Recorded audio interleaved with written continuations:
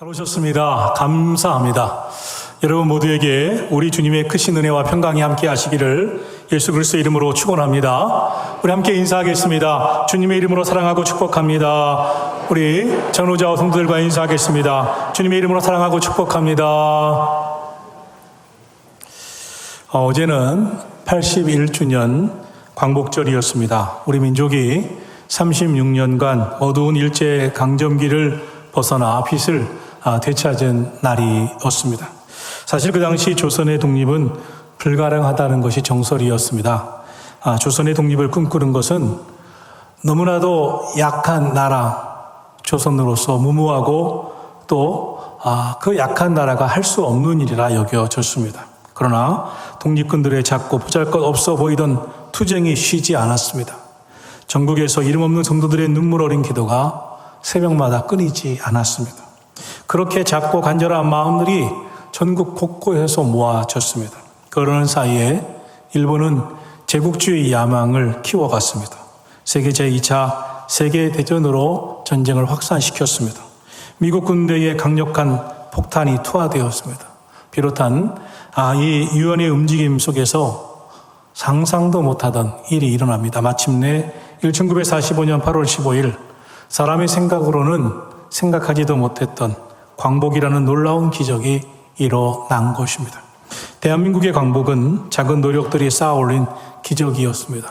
전국 각지에서 나라를 위한 아주 작지만 그러나 결코 작지 않은 노력들이 모였고 간절한 기도, 그 기도가 쌓아진 결과였습니다.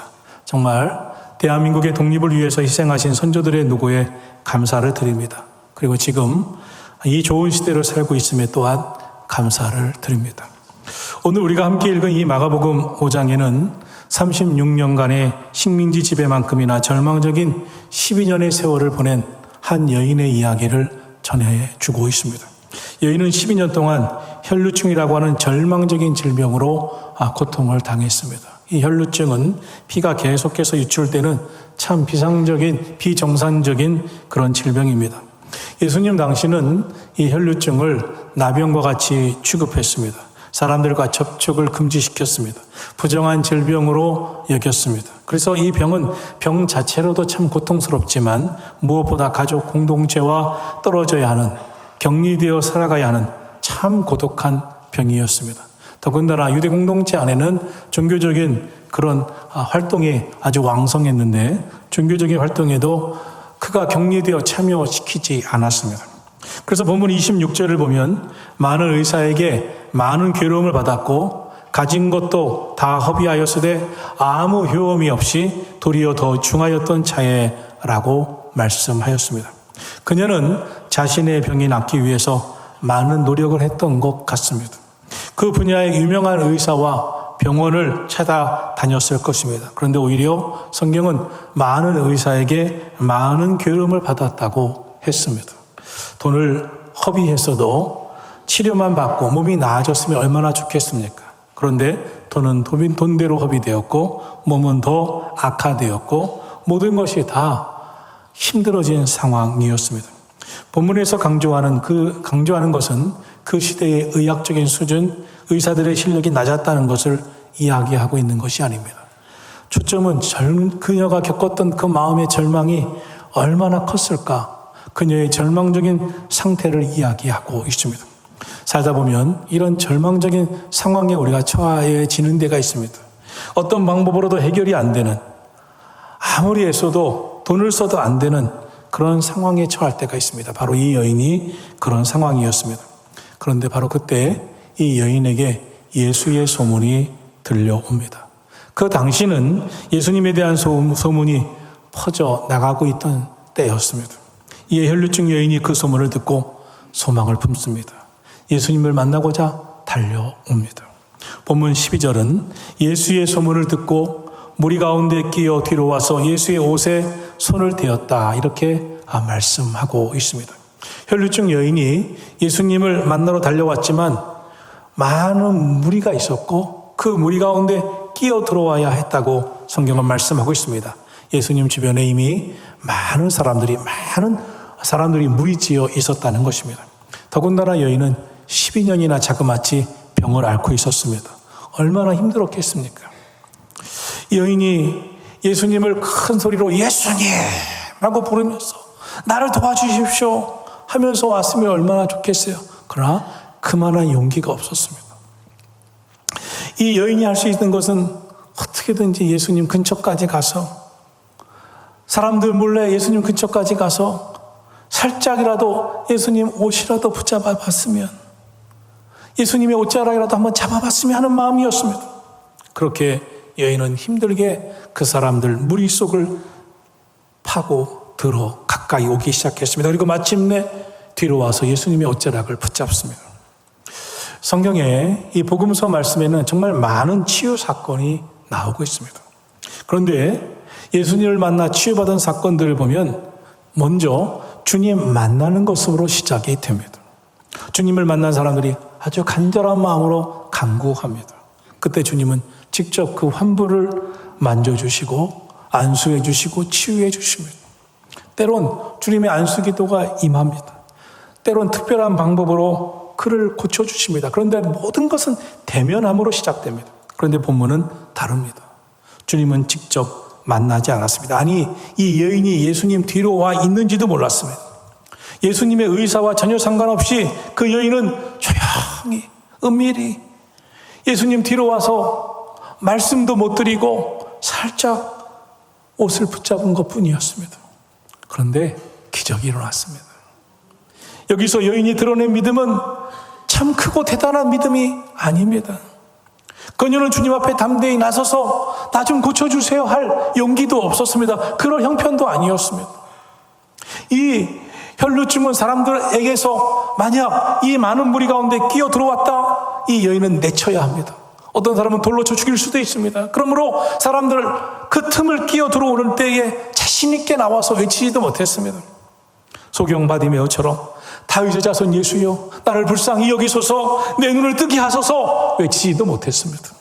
수로보니게 여인처럼 주여 나를 괴로 여기셔도 개 취급을 하셔도 옳소이다. 그러나 개들도 자녀의 상에서 떨어지는 부스러기는 먹지 않나이까.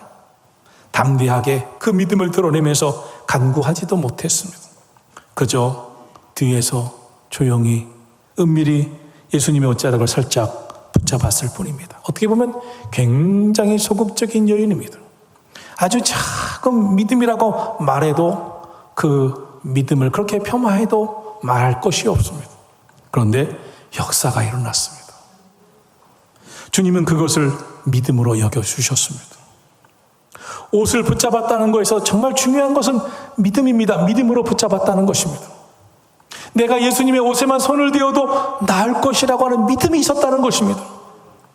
사람들이 보기에는 참 별로인 것 같아도 주님 보시기에는 그것이 믿음이다 라고 보시는 게 있습니다. 반면에 사람들이 보기에는 참 대단하게 보이는데 주님 보시기에는 별 볼 일 없다 보시는 것도 있습니다. 바리새인들은 사거리에 나가 시장 어귀에 나가 많은 사람들이 모인 곳에서 큰 소리로 기도했습니다. 그리고 자신은 많은 사람들 앞에서 구제도 했습니다. 11조 한다고 많은 사람들 앞에서 외치기도 했습니다. 그러나 주님은 그것은 믿음이 아니라고 했습니다. 사람들이 보기에는 대단한 믿음이라고 봤지만 주님은 그것은 믿음이 아니라고 말씀하셨습니다. 주님 보시기에 그것이 믿음이라고 하면 믿음입니다. 주님 보시기에 그것이 믿음이 아니라고 하시는 그것도 있습니다. 중요한 것은 사람이 보는 게 아닙니다.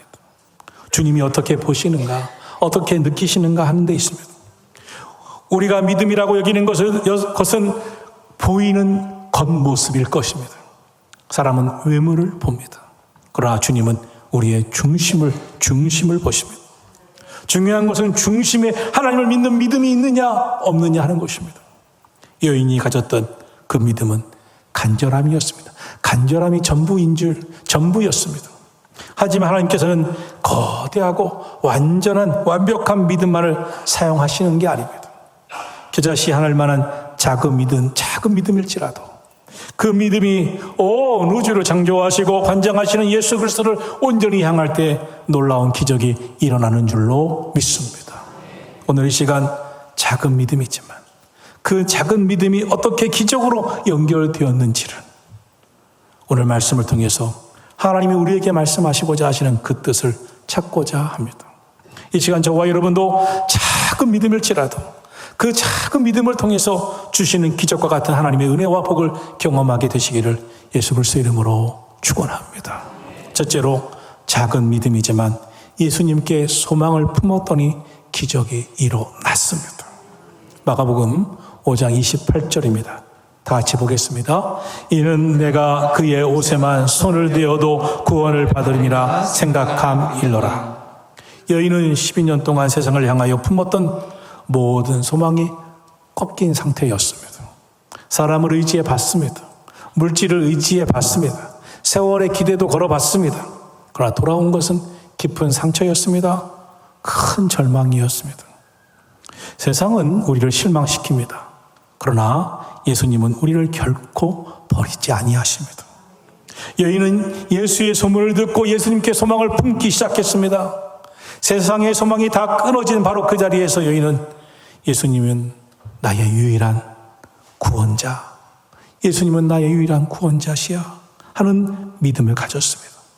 비록 그 믿음은 지치고 상한 심령에서 나온 아주 작은 꺼져가는 촛불과 같은 믿음에 불과했지만 세상에 그 무엇과도 비교할 수 없는 그 작은 믿음이 진짜 믿음이었습니다.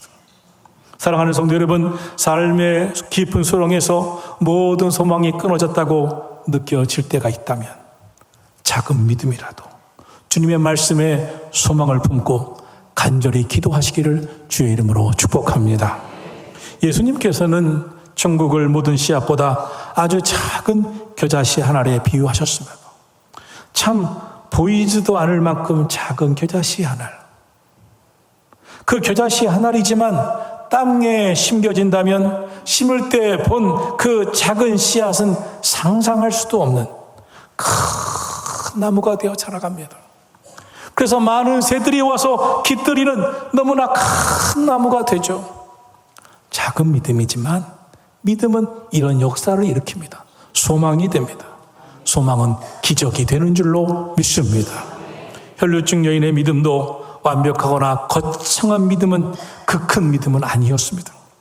그러나 예수님이라면 나를 고칠 수 있다고 믿은 그 작고 소박한 소망의 씨앗을 그 마음에 품고 기도했을 때, 간구했을 때, 그리고 예수님의 옷자락을 붙잡았을 때 여인의 삶이 하나님 나라의 기적이 시작된 줄 믿으시기를 축복합니다. 둘째로 작은 믿음이지만 포기하지 않고 예수님께 나아갔더니 기적이 일어났습니다. 마가복음 5장 24절입니다. 함께 보겠습니다. 이에 그와 함께 가실새 큰 무리가 따라가며 애워싸 밀더라. 여인이 예수님께 나아가는 길은 결코 쉽지 않았습니다. 예수님 주변은 이미 많은 무리들로 애워싸 있었습니다. 가득했습니다. 더군다나 그 당시에 혈루증은 부정하게 여겨졌던 병이었기 때문에 수많은 무리 속에 들어가 있는 것을 사람들이 알고 그것이 발각되면 정말 이 여인에게 큰 위험이 따라올 수 있었습니다. 아니, 이 혈루증 환자가 사람들은 그녀를 비난했을 것이고 어떤 이는 돌을 던져 죽이려 들었을 것입니다. 그래도 이 여인은 뭐라고 할 수 없는 상황이었습니다. 모든 환경이, 자신의 육신의 처지가, 사람들의 시선이 그 여인의 마음에 포기시키고 낙심시킬 그것들이 가득했습니다. 그러나 여인은 포기하지 않았습니다. 예수님께 나아갔습니다. 내가 그의 옷에만 손을 대어도 구원을 받으리라고 하는 간절함을 안고 한 걸음 한 걸음 나아가 예수님께로 다가갔습니다. 우리가 살아가면서 낙심하고 포기하고 싶은 이유는 언제나 주변에 가득합니다. 나 너무나 기분이 안 좋아. 그 말 들었기 때문에 난 안 할 거야. 나 너무나 기분이 안 좋아. 그 이유 때문에 나는 포기할 거야. 나 너무나 안 좋아. 내가 원하는 대로 되지 않았잖아. 우리 인생에는 포기하고 싶은 이유도 많고 상처받을 이유들이 너무나 많습니다. 그러나 우리의 삶의 모든 환경만 보면 좌절할 수밖에 없지만 우리 주님을 바라보면 다시 일어설 용기가 생기는 줄로 믿습니다. 작은 믿음이지만 포기하지 않고 예수님께 나아가면 기적이 됩니다. 그러므로 어떤 환경 속에서도 주님을 바라보면서 낙심치 마세요. 포기하지 마세요. 믿음으로 주님께 아주 적어도 작은 걸음이라도 한 걸음 한 걸음 나아가시기를 주의 이름으로 축복합니다.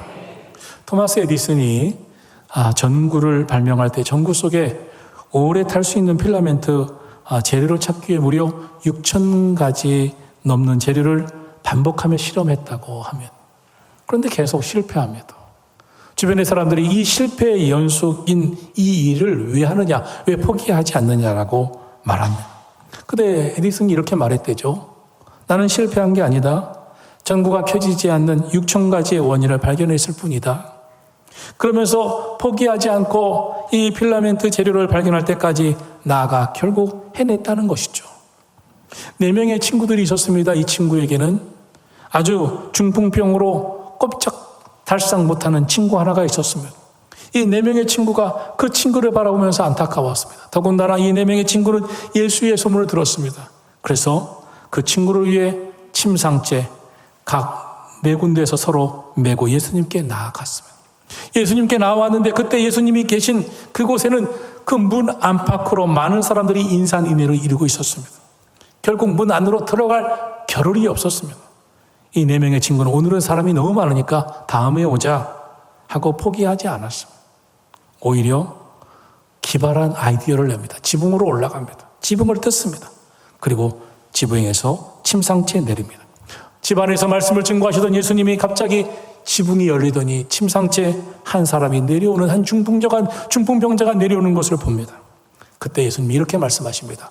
그 믿음을 보시고, 그 친구들의 믿음을 보시고 이 중풍병자를 고치셨느니라. 포기하지 않는 믿음. 그 믿음이 이 중풍병을 고친 줄로 믿습니다. 포기하지 못하는 마음이 믿음입니다. 내가 기도했는데 주님이 기도에 응답하셨어. 내가 말씀을 듣고 그 말씀대로 살아봤는데 그 말씀이 내 삶의 소망이 됐어. 이런 영적인 은혜를 경험한 사람이 어떻게 포기합니까? 믿음이 들어오면 포기가 안 되는 거예요. 살아계신 주님, 능력이신 주님을 믿는데 어떻게 포기하게 되겠습니까? 셋째로, 작은 믿음이지만 예수님을 붙잡았더니 기적이 일어났습니다. 마가복음 5장 27절입니다. 함께 보겠습니다. 예수의 소문을 듣고 무리 가운데 끼어 뒤로 와서 그의 옷에 손을 대니, 여인은 수많은 무리가 예수님을 둘러싸 밀치고 가는 그 소란스러운 현장 속에서 간절한 마음으로 손을 내밀어 예수님의 옷자락을 붙잡습니다. 많은 사람이 예수님 곁에 있었고 예수님과 신체적으로 부딪힌 사람이 아주 많았을 것입니다. 왜냐하면 거기는 많은 무리들이 에워싸 있었고, 그러므로 예수님이 사람들과 부딪힌 그 일은 너무나 많았을 것입니다. 그런데 그들에게는 아무 일도 일어나지 않았습니다. 단순히 무관심 속에서 부딪힌 사람들, 호기심으로 부딪힌 사람들, 그들과 이 여인은 달랐습니다. 여인은 믿음으로 붙잡았습니다. 28절은 말씀합니다. 내가 그의 옷에만 손을 대어도 구원을 받으리라 생각함일러라. 그 순간 여인이 치유받습니다. 여인이 예수님의 옷자락을 붙잡는 순간 곧 그의 혈루근원이 마르고 병이 난 줄 그의 몸에 깨닫게 됩니다. 와! 29절입니다. 함께 보겠습니다. 이에 그의 혈루근원이 곧 마름에 병이 나은 줄 몸에 깨달으니라. 그는 알았습니다. 내 병이 나았구나. 내 병이 나았구나. 내가 좋아졌구나. 내 삶이 달라졌구나. 내 인생에 하나님의 은혜가 임했구나. 그때입니다. 예수님은 당신에게서 능력이 나간 것을 아셨습니다. 성령의 기름 부음을 경험한 사람들은, 그 성도들은 이 말씀의 의미를 압니다. 예수님이 당신에게서 능력이 나간 줄 아시고 누가 나에게 손을 대었느냐, 내게서 능력이 나갔다, 이렇게 말씀하신 의미를 압니다. 성령의 기름 부음을 경험한 사람들은 주님의 은혜가 내게 흘러 들어오는 그 순간을 알기 때문입니다. 한번 상상해 보세요. 예수님을 따르던 사람들이 큰 무리를 지었기 때문에 예수님 주변은 한둘이 아니었습니다. 서로 밀고 밀려 어쩔 수 없이 예수님과 접촉했습니다. 예수님과 많은 사람들이 접촉이 일어났지만 예수님은 다 그것을 무시했습니다.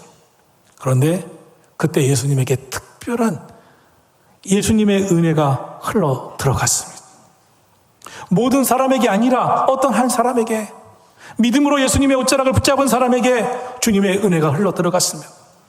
그에게 기적이 일어났습니다. 예수님은 놀라운 영적 감지력을 갖고 계신 분이십니다. 주님은 아십니다. 작은 믿음이라도 믿음으로 나온 것을 아십니다. 반면에 주님 손을 붙잡고 주님께 악수하고 주님 가까이 왔지만 그에게 믿음이 있고 없고를 주님은 다 아십니다. 주님은 당신의 옷에 손을 접촉한 사람이 믿음 없이 접촉한 것과 믿음으로 붙잡은 것을 구별해 내실 수 있는 분이십니다. 오늘도 많은 사람들이 주님께 나왔지만, 예배하러 나왔지만, 성전에 나오지만 어떤 모습, 어떤 마음으로 주님 앞에 왔는지 주님은 다 아십니다. 그러므로 이제 여러분, 세상의 헛된 것을 붙잡았던 손을 이제 거두시고 나를 살리시는 예수 그리스도의 옷자락을 붙잡으시기를 주의 이름으로 축원합니다. 30절입니다. 함께 보겠습니다. 예수께서 그 능력이 자기에게서 나간 줄 곧 스스로 아시고 무리 가운데서 돌이켜 말씀하시되 누가 내 옷에 손을 대었느냐 하시니. 할렐루야. 오늘 이 시간 여러분이 예배드리고 찬송 부르고 기도할 때 살아계신 하나님의 은혜가 여러분 심령 속에 흘러 들어가기를 예수님의 이름으로 축원합니다. 마침내 이 여인은 더 이상 숨길 수 없다는 것을 알았습니다. 정말 두렵고 떨렸지만 예수님 앞으로 나왔습니다. 엎드렸습니다. 그리고 자신이 질병에서 고침받은 모든 사실, 여기까지 온 사실, 자신에게서 일어난 모든 사실을 예수님 앞에 고합니다. 모든 사람 앞에서 간증을 합니다. 33절을 말씀합니다. 여자가 자기에게 이루어진 일을 알고 두려워하여 떨며와서 그 앞에서 모든 사실을 고하더라고 말씀하고 있습니다. 사랑하시는 성도 여러분, 왜 예수님께서 누가 내 옷에 손을 대었느냐라고 물으셨을까요? 뭘 확인하시려고? 책망하시기 위함이었을까요? 아닙니다. 너는 왜 함부로 말도 없이 내 옷에 손을 대었느냐? 그렇게 예수님이 따지시려고 하셨을까요? 아닙니다. 34절입니다. 그 답이 나와 있습니다. 같이 보겠습니다. 예수께서 이르시되 딸아 내 믿음이 너를 구원하였으니 평안히 가라. 내 병에서 놓여 건강할지어다. 딸아 여인아, 네가 고침받은 것은 너의 그 믿음 때문이다. 너의 그 믿음이 너를 자유케 했다. 너의 병을 고쳤다. 예수님은 믿음이 여인을 살린 것을 알려주시기 위해서였습니다. 믿음은 하나님의 능력이 우리 가운데로 흘러오는 축복의 통로입니다. 아무리 하나님이 전능하신 하나님이시라 할지라도 믿음 없이, 믿음이라고 하는 축복의 통로 없이 하나님의 능력은 흐르지 않습니다. 그래서 예수님은 물으셨습니다. 오늘 우리에게 믿음이 있느냐고 물으셨습니다. 그리고 말씀하셨습니다. 내 믿음대로 될지어다. 내 믿음대로 될지어다. 믿음이 전능하신 하나님의 능력이 흘러오는 축복의 통로이기 때문입니다. 사랑하는 여러분, 믿음이 운명을 바뀝니다. 믿음이 우리를 구원합니다. 그래서 하나님은 믿음의 사람을 찾으시는 것입니다. 하나님은 수많은 사람, 지위가 높은 사람, 많은 것을 가진 사람이 아닙니다. 믿음의 사람을 찾으십니다. 교회에 다니는 사람으로 머물지 마세요. 교회에 나와서 한 번쯤 예배드리는 사람으로 머물지 마세요. 저는 여러분이 그냥 교회에 나와서 답답한 마음 해결하는 그런 분이 되지 않기를 원합니다. 살아계신 하나님을 만나고 믿음으로 기도하여 하나님의 은혜와 축복이 여러분 심령 속에 흘러들어가기를 예수님 이름으로 축원합니다. 믿음으로 예수님께 나와 주님의 옷자락을 붙잡으세요. 힘들고 괴롭고 고통스럽다면 체면 내세우지 마세요. 자존심 다 내려놓고 믿음으로 주님의 옷자락을 붙잡으시기를 축원합니다. 그러면 하나님의 능력이 임합니다. 마음의 아픔과 상처가 치유됩니다. 사도행전 27장에 보면 사도 바울이 로마로 이송되는 이야기가 나옵니다. 그런데 그때 사도 바울은 지금은 항해하기가 너무 위험한 시기라고 외칩니다. 지금 항해하면 큰 손해가 됩니다라고 모두에게 설득하며 말했습니다. 그때 백부장이 말합니다. 바울의 말보다 나는 선장과 선원의 말을 더 신뢰한다고 하면서 항해를 강행합니다. 결과 암울했습니다. 인간적인 경험, 눈앞의 이익을 하나님 말씀보다 우선시한 결과는 곧 그들에게 유라굴로라고 하는 광풍을 만나게 했습니다. 사흘 동안 암흑천지가 됐습니다. 해도 보이지 않았, 달도 보이지 않았습니다. 별도 보이지 않았습니다. 절망이었습니다. 그때 모든 사람이 죽음의 공포에 떨고 있었습니다. 바다는 풍랑을 일으켰고 해도 달도 별도 보이지 않는 암흑천지에 사도 바울이 다시 일어서서 선포합니다. 내가 속한 바 내가 섬기는 하나님의 사자가 어젯밤에 내 옆에 와서 서서 말하기를 바울아 두려워하지 말라. 하나님께서 너와 함께 항해하는 자를 다 지켜주시겠다 하였으니 그러므로 여러분 안심하세요. 나는 하나님께서 내게 말씀하신 그대로 되리라고 하나님을 믿습니다. 사도 바울은 거친 풍랑 속에서 믿음을 가졌어요. 지금은 거친 풍랑이 눈앞에 있지만 믿음을 가졌어요. 그는 말합니다. 하나님께서 말씀하신 그대로 되리라고 나는 믿습니다. 그리고 그 결과 믿음대로 배에 탄 276명 전원이 구원받았습니다. 믿음이 중요합니다. 오늘 여러분 심령 속에 그 믿음이 있기를 축원합니다. 사람들은 자신이 가진 경험, 자신이 가진 그 능력, 그것을 밧줄 삼아 붙잡습니다. 내 경험의 밧줄, 능력의 밧줄을 붙잡으려고 합니다. 하지만 참된 기적은 세상을 붙잡는 밧줄을 놓아버리고 예수 그리스도의 옷자락을 붙잡고 믿음으로 주님을 바라볼 때 임할 줄로 믿습니다. 작은 믿음이지만 말씀을 붙잡을 때, 주님이 나의 소망 되시를 붙잡을 때 구원의 기적과 회복의 역사가 임할 줄로 믿습니다. 여러분, 믿음으로 기도해 본 사람은 알아요. 말씀대로 살아본 사람은 알아요. 기도했더니 하나님께서 이렇게 은혜 주시고 응답하시고 건강 주시고 축복 주셨는데 어떻게 기도하지 않을 수 있습니까? 말씀대로 살지 않을 수 있습니까? 말씀이 내 삶에 정말 힘인 것을 아는데 어떻게 그렇게 살지 않을 수 있습니까? 성도 여러분, 하나님께서 오늘 우리에게 대단하고 완벽한 큰 믿음을 요구하시는 건가요? 아닙니다. 12년 동안 고통받던 이 여인처럼 아주 작은 믿음이지만 예수님께 소망을 품고 어떤 장애물 앞에서도 포기하지 아니하고 주님께 나와서 간절한 심정으로 예수님의 옷자락을 붙잡은다면, 믿음으로 주님 앞에 나아온다면 주님께서는 우리 삶에 얽혀있는 수많은 슬픔과 절망과 질병과 문제를 해결해 주시는 은혜와 기적을 베풀어 주실 줄로 믿습니다. 이번 한 주간도 믿음이라고 하는 축복의 통로를 통해서 부어주신 하나님의 은혜가 여러분 가운데 임하기를 축원합니다. 여러분, 작은 믿음을 가지고도 기적을 일으키시는 예수 그리스도를 바라보시고 믿음으로 승리하는 한 주간 되시기를 예수님의 이름으로 축원합니다.